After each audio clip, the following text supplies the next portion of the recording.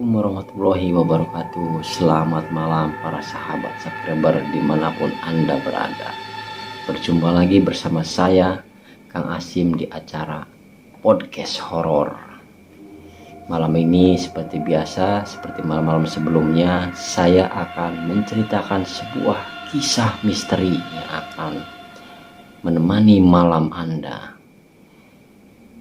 Kisah ini datang dari Kang Panji 9 Jagat Official, teman-teman. Kisah ini spesial.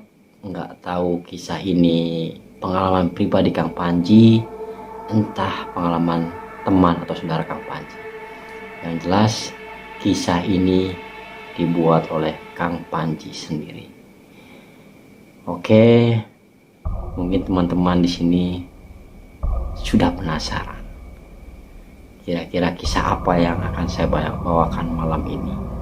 Tapi sebelum teman-teman mendengarkan kisah ini, sebaiknya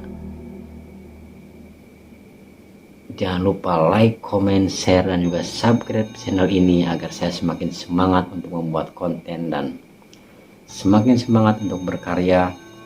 Jangan lupa aktifkan notifikasi loncengnya agar tidak ketinggalan video-video terbaru dari channel yang satu ini.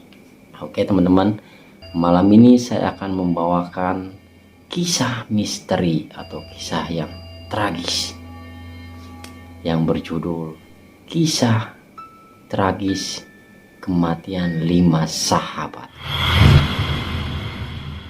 Kita langsung saja dengarkan ceritanya. Selamat malam, salam horor.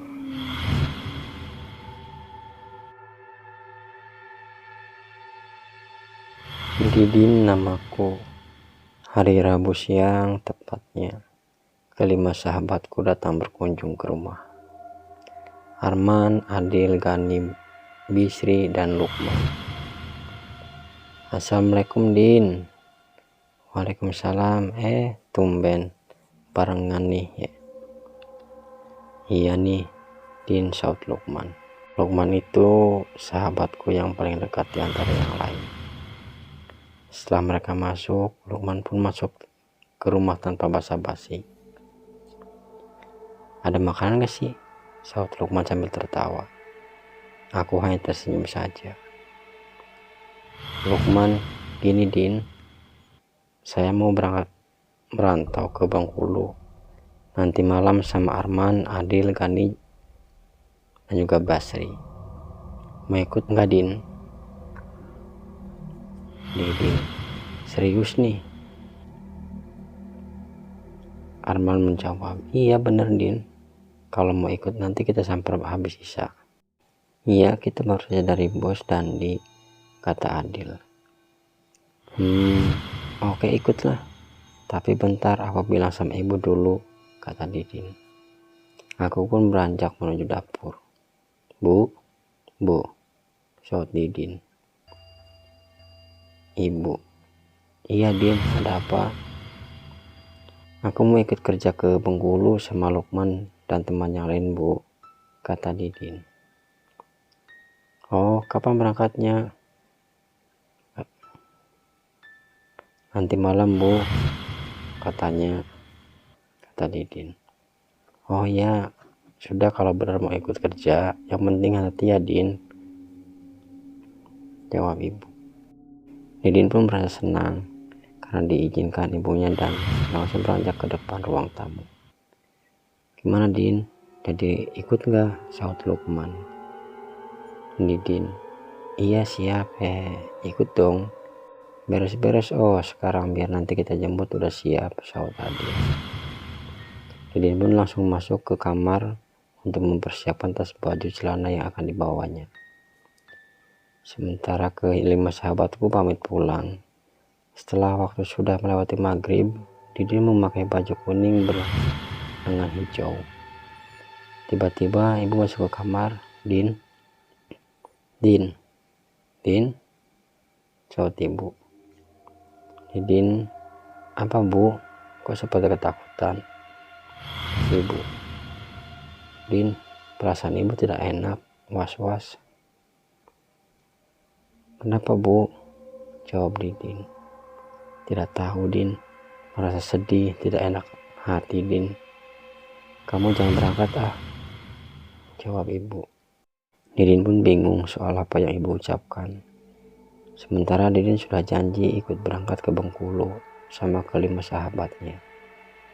Pokoknya jangan berangkat Din, takut, jawab ibu.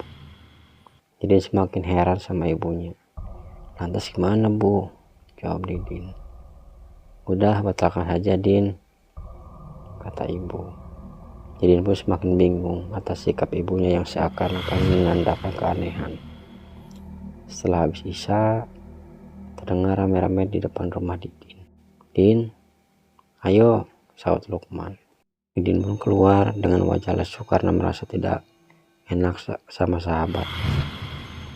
Man, aku tuh jadi ikut, saut Didin. Ah, kenapa? Kata Lukman. Tadi bilangnya mau ikut, Din. Din, kamu ini, kata Adil. Kelima sahabatku seperti marah menatapku dengan tajam, tapi tiba-tiba Lukman menghampiri Didin. Ya sudah Din, kalau tidak jadi ikut, tapi ngomong-ngomong itu baju tukeran dong, saut Lukman. Iya man, ibu gak ngizinin, saut Didin. Didin pun tanpa pikir panjang langsung melepas baju kuning berlengan hijau yang dia pakai untuk bertukar sama Lukman, sahabat terdekatnya. Setelah itu Lukman langsung memakai baju Didin tersebut dengan wajah sumringah. Mereka pun langsung berpamitan sama Didin. Didin masuk ke rumah dengan hati yang kurang enak. Gimana Din, saut ibu. Iya bu, Lukman sudah berangkat barusan, kata Didin. Didin pun langsung masuk ke kamar dan tidur. Tiba-tiba tengah malam ibunya Didin teriak keras. Allahu Akbar, Allahu Akbar, ya Allah, teriak ibu di kamar. Didin pun kaget bukan kepalang dan langsung berlari menghampiri ibunya di kamar sebelah. Bu, kenapa bu? Tanya Didin. Ya Allah, Din, ya Allah, saut ibu. Iya kenapa bu, kenapa? Kata Didin. Didin merangkul ibunya sambil gemetar. Ibunya pun terlihat pucat dan berkeringat. Ya Allah, Din, ya Allah, teriak ibunya. Bu, kenapa sih bu, kenapa? Tanya Didin. Ibunya menjawab, mimpi Din. Ya Allah, mimpi kayak nyata Din. Mimpi apaan bu? Tanya Didin. Ibunya pun bangun dan menceritakan tentang mimpi buruknya itu sambil terengah-engah. Ibu mimpi Lukman, Bisri, Adil, Arman, dan Gani kecelakaan Dil. Mobilnya jatuh ke jurang. Didin pun kaget dan bingung. Ibunya bermimpi buruk soal sahabatnya, bahwa kematian mereka sangat tragis yang dimimpikan ibunya. Bu, itu mimpi kosong bu, istighfar, saut ibu. Didin pun segera mengambil air minum untuk ibunya dan segera membaringkan ibunya lagi. Bu, udah tidur lagi, baca doa bu, saut Didin. Keesokan harinya Didin pun langsung mencoba mentelepon kelima sahabatnya. Namun satu pun tidak ada yang aktif. Tapi Didin berusaha berpikir positif, mungkin jaringan di sana susah. Namun Didin mengingat mimpi ibunya. Rasa was-was pun mulai menyelimut hatinya. Bu, kok Lukman kok nggak bisa dihubungi ya nomornya? Tanya Didin. Tapi ibunya Didin langsung teringat mimpi buruknya itu. Ibunya Didin mendadak lemas dan jatuh ke lantai. Sontak Didin pun panik dan langsung mendekap ibunya. Bu, kenapa bu? Tanya Didin. Ibu ingat mimpi itu Din, mengerikan. Udin, ya Allah bu, itu kan hanya mimpi, sudah bu jangan dipikirkan lagi. Selang hari pas di malam Jumat, hujan lebat juga lampu mati. Didin pun masih tetap menelpon kelima sahabatnya, namun tetap saja tidak ada yang bisa dihubungi. Sampai tengah malam hujan pun juga reda. Didin masih terjaga di ruang tamu menatap HP yang ia pegang. Tiba-tiba tok, tok, tok, terdengar suara pintu diketok. Didin pun tetap mematikan HP yang ia pegang. Terdiam menguasai suara ketokan ke arah pintu rumah. Tapi suara itu hanya bunyi 1, 2, sampai 3 kali. Didin pun menyalakan HP-nya kembali. Namun tiba-tiba terdengar suara memanggil namanya di balik pintu depan. Din, Din. Didin pun langsung menyahut suara yang memanggil itu dengan sigap. Siapa? Oi, di luar, teriak Didin sambil berdiri. Aku, Din, saut suara itu. Siapa? Jawab.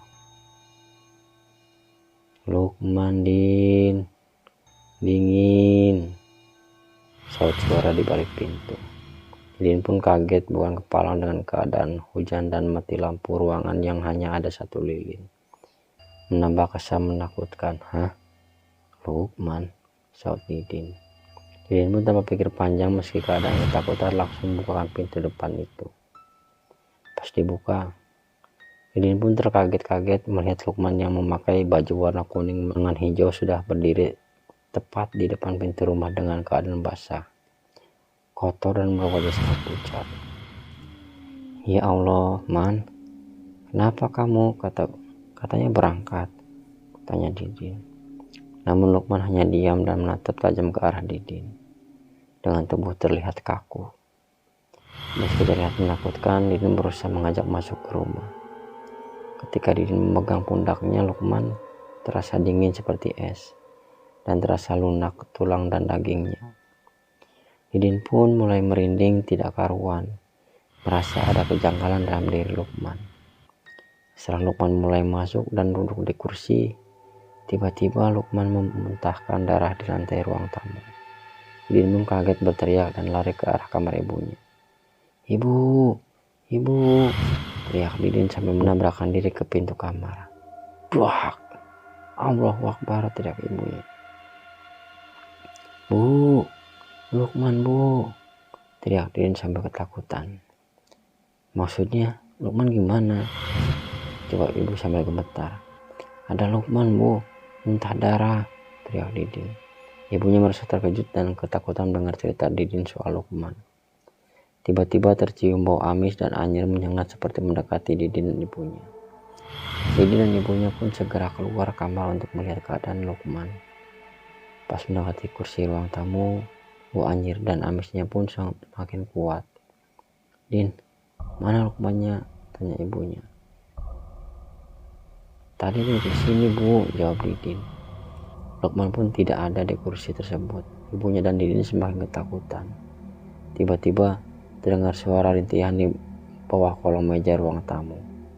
Dingin, sakit, tolong.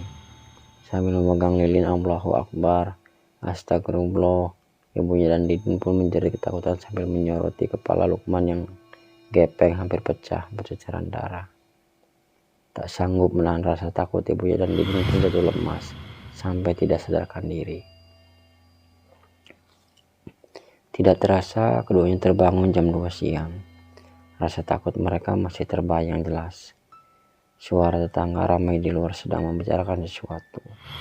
Pas ibunya dan Didin keluar menanyakan apa yang dibicarakan, ternyata kabar itu Lukman, Adil, Herman, Bisri juga Gani telah mengalami kecelakaan di tanjakan maut di Bengkulu. Kelima sahabat Didin meninggal di tempat, diperkirakan hari Kamis dan dievakuasi Jumat siang. Ibunya dan Didin mengalami hal buruk yang membuat trauma besar. Oke, terima kasih banyak untuk para sahabat subscriber yang sudah mendengarkan cerita horor malam ini. Mungkin cukup sekian cerita malam ini. Jangan lupa like, comment, share, dan juga subscribe channelnya Asim Kreator. Selamat malam, salam horor.